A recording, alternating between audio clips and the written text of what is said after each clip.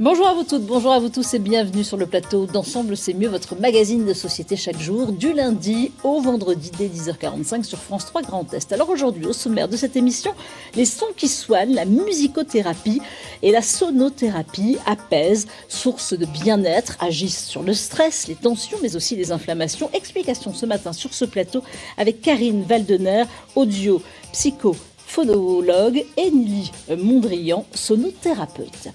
Une sélection de magazines pour toutes les générations et pour tous les goûts. Une sélection de Christophe Delot, rédacteur en chef adjoint à France 3 Champagne-Ardenne. Un métier, des formations et des offres d'emploi dans la région Grand Est pour des personnes atteintes de handicap, détaillé ce matin par Cédric Corsin, directeur de Cap Emploi 51. Et puis nous terminons par l'association Lampalave qui remet au goût du jour les légendes alsaciennes, découvertes ce matin avec Antonin Ross, le président de l'association Lampalave. Mais pour l'instant, place au thème principal, les sons qui soignent.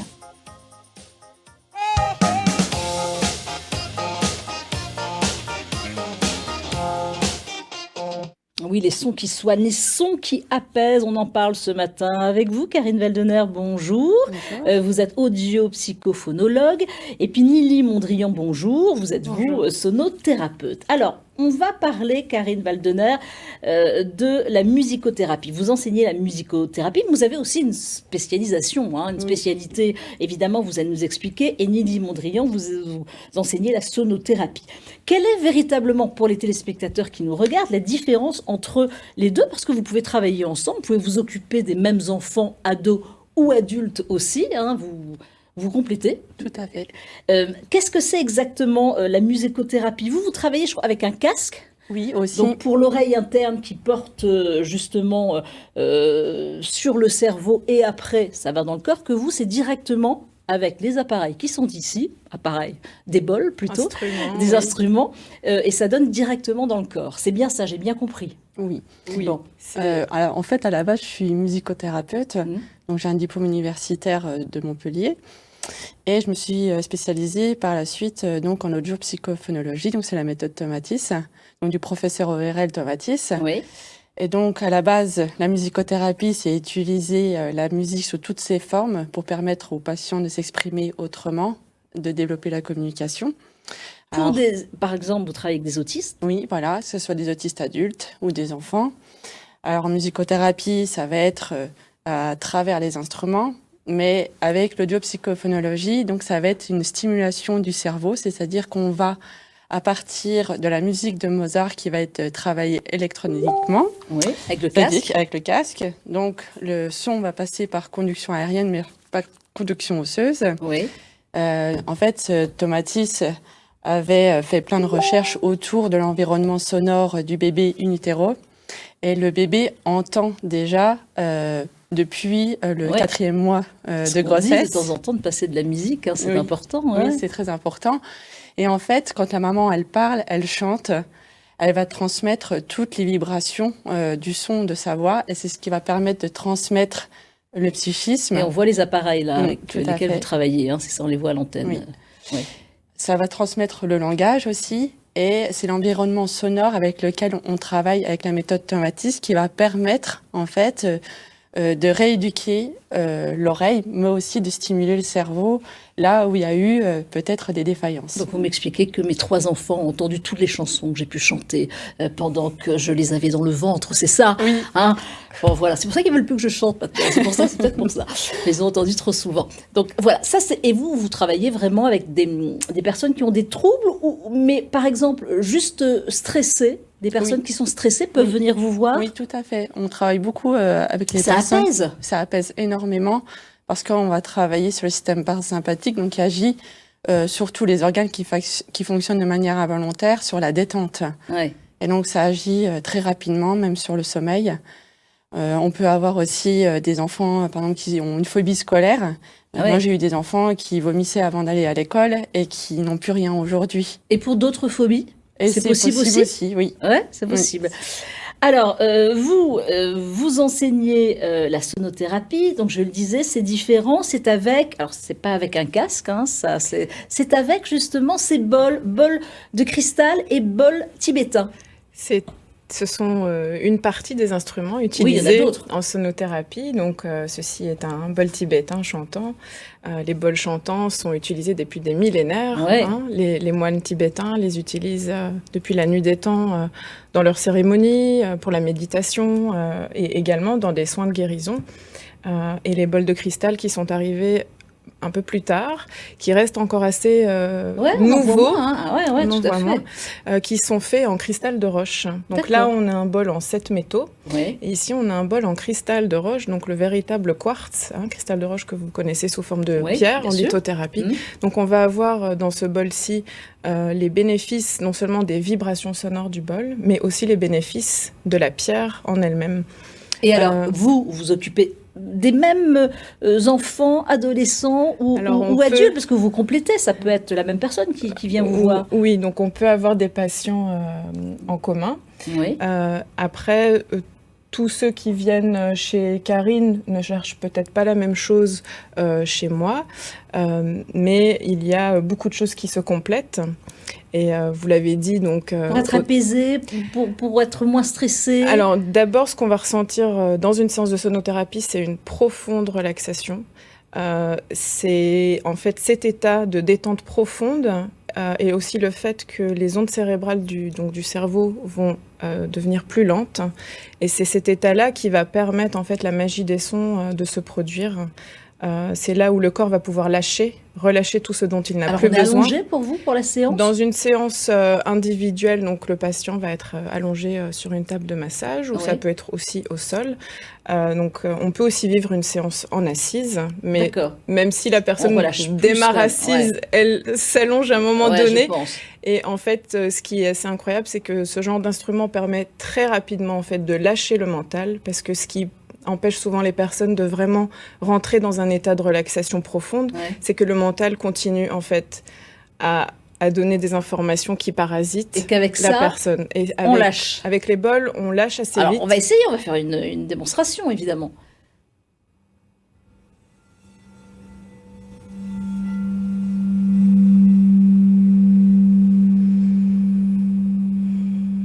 Ils invitent à respirer profondément. Oui. Bon, faut que je continue l'émission, parce que si je me relâche complètement, hop.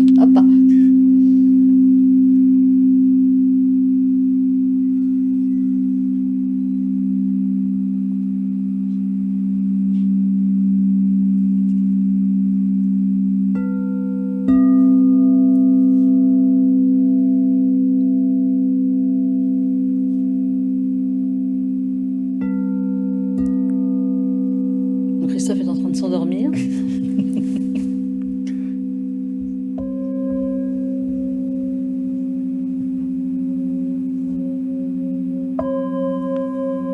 Donc vous les utilisez tous en même temps, c'est ça? Alors ça dépend. Il y a des séances en groupe que j'appelle les voyages sonores.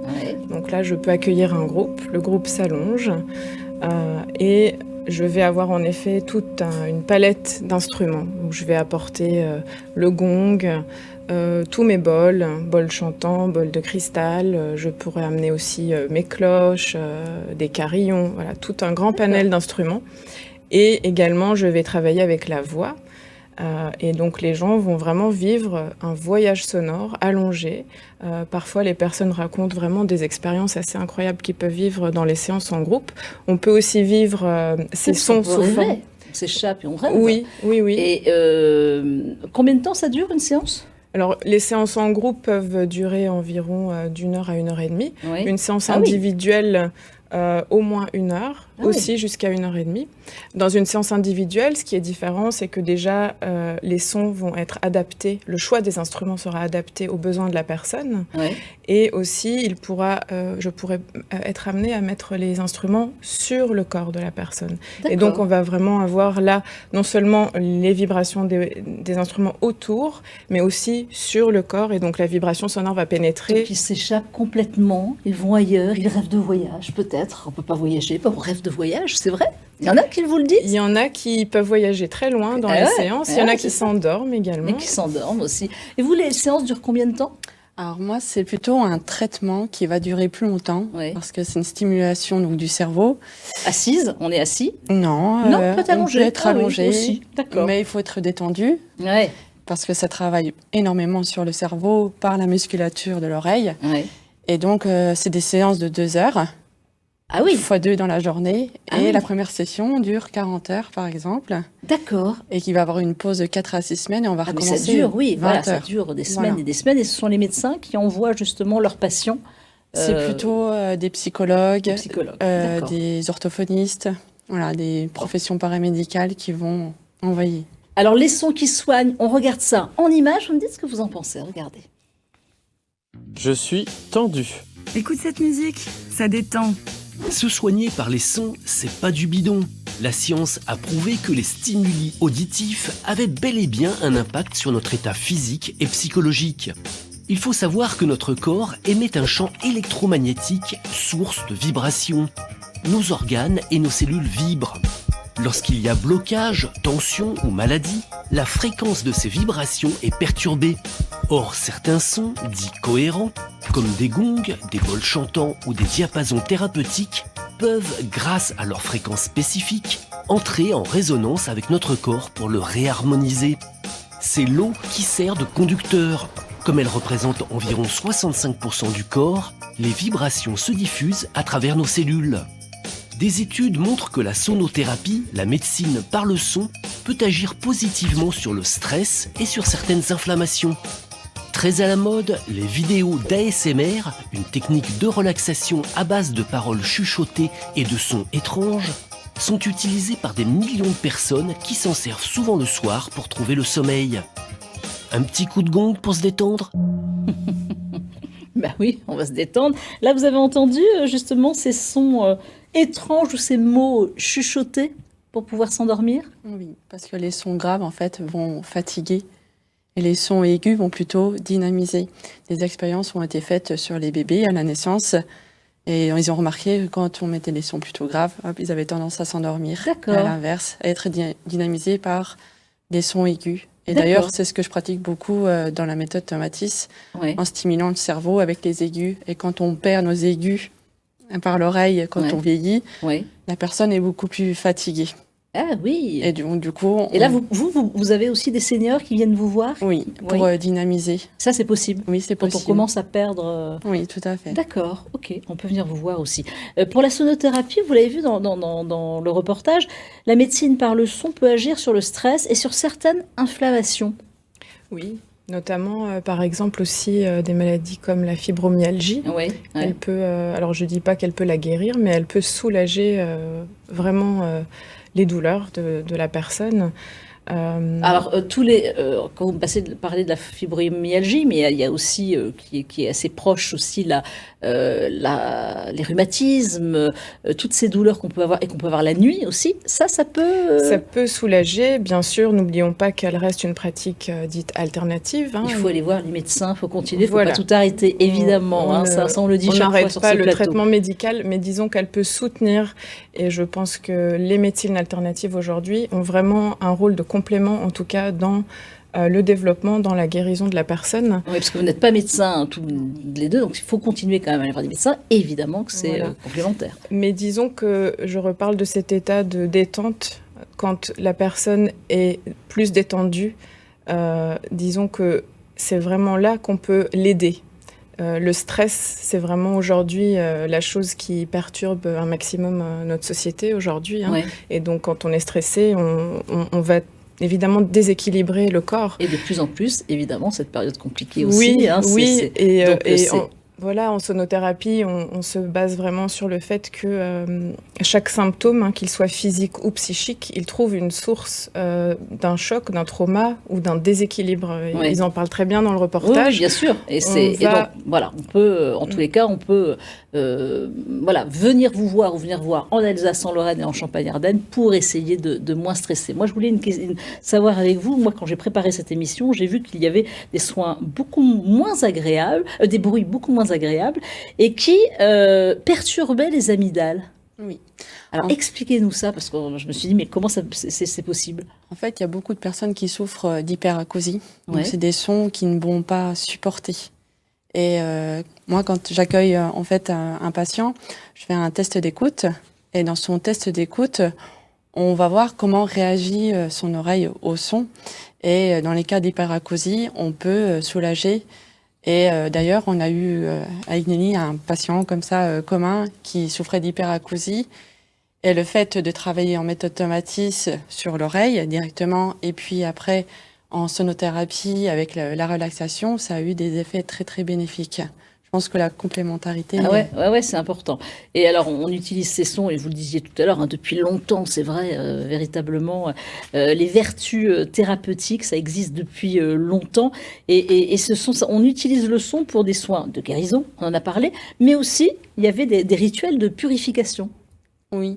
Ça, c'était avant. Oui, et ça existe encore? Dans les civilisations anciennes, c'est ça, exactement. La musique, les sons ont toujours accompagné l'histoire de l'homme dans les rituels, dans les passages des événements importants de la vie. Et c'est quelque chose qu'on retrouve notamment dans le chamanisme, par exemple, chez les Amérindiens. Ouais. Et c'est vrai que voilà, on a voulu expliquer aux téléspectateurs, on pourrait faire une émission, mais il y a d'autres invités aussi qui viennent sur le plateau. Vous étiez là toutes les deux. On a voulu expliquer la différence entre la sonothérapie et puis donc votre spécialité. Et cette méthode, donc voilà, on peut inciter les téléspectateurs à poser des questions aussi à leur médecin ou d'aller vous voir directement. Et pour moins stresser, ça peut être formidable. Merci d'être venus sur ce plateau toutes les deux. Merci beaucoup. Merci.